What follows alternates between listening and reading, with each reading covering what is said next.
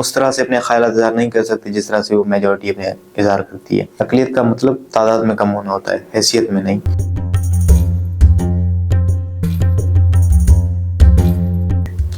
मेरा नाम शहदेव कुमार है, मेरा ताल्लुक थरपाका सिंध से है।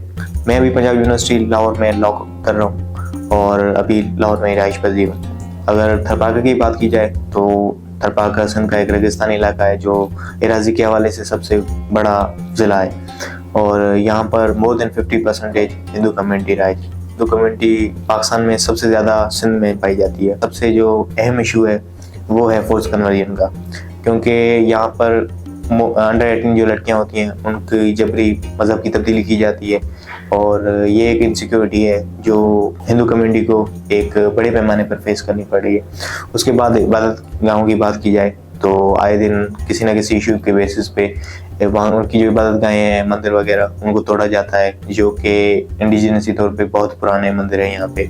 और जिस तरह से हिंदू कल्चर जो कि हिंदू या रिलीजन की बात की जाए तो वो बहुत ही पुराना और उसकी एक हिस्ट्री है बड़ी।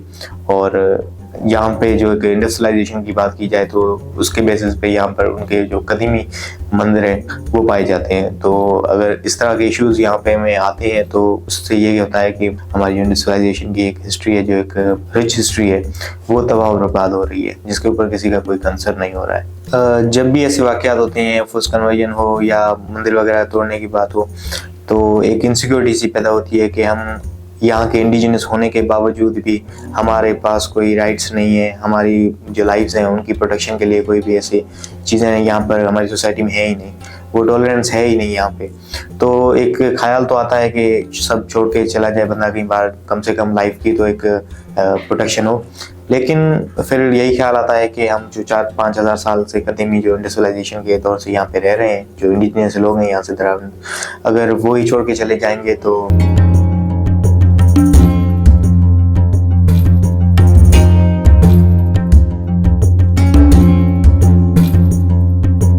हमारे जो खुद के रिप्रेजेंटेटिव्स हैं, ऐसा नहीं है कि नहीं है, वो भी हैं हमारे, लेकिन उनकी भी इस तरह से देखते हैं कि इन ऐसे वाक़यात से लाताल्लुकी वो भी एक तरह से दिल को लगने वाली होती है। बाकी जो सोशल एक्टिविस्ट वगैरह हैं उनकी तरफ से बहुत कुछ काम हुआ है। जो हाई प्रोफाइल केसेस हैं फोर्स कन्वर्जन के, उनको तो असेंबली के फ्लोर पर पहुंचाया गया है, बात की गई है वहाँ पे, लेकिन ऐसा सच रेस्पॉन्स नहीं आया वहाँ से। क्योंकि हिंदू कम्युनिटी से होने के नाते ना, वो एक तो माइनॉरिटीज़ हैं, तो हम उस तरह से अपने ख्यालात इज़हार नहीं कर सकते जिस तरह से वो मेजॉरिटी अपने इज़हार करती है।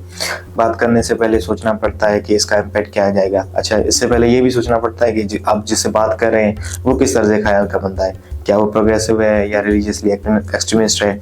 तो ये सारा कुछ देख के पढ़ना, क्योंकि हर कोई तो नहीं चाहता होगा कि वो कृष्णा कुमारा की तरह, कांता कुमारा की तरह सियालकोट में किसी गलियों में आग के झोंकों से मारा जाए और उसकी बॉडी भी नसीब ना हो।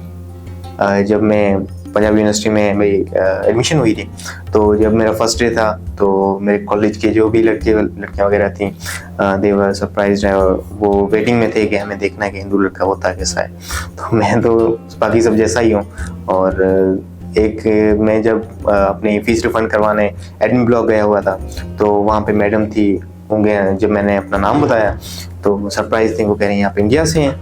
तो मैंने कहा जी नहीं, तो कह रही थी अपना NSC दिखाएं। मैंने उनको NSC दिया, तो उन्होंने फिर देखा, फिर कह रही कि आप इंडिया से हैं। तो मैंने भी शुगर के तौर पर कह दिया जी हाँ, इंडिया अभी पाकिस्तान की तरह बन चुका है। उन्होंने भी चांद से तारा लगा लिया और अपना जो नेशनल आइडेंटिटी कार्ड है उसको भी ग्रीन कर दिया।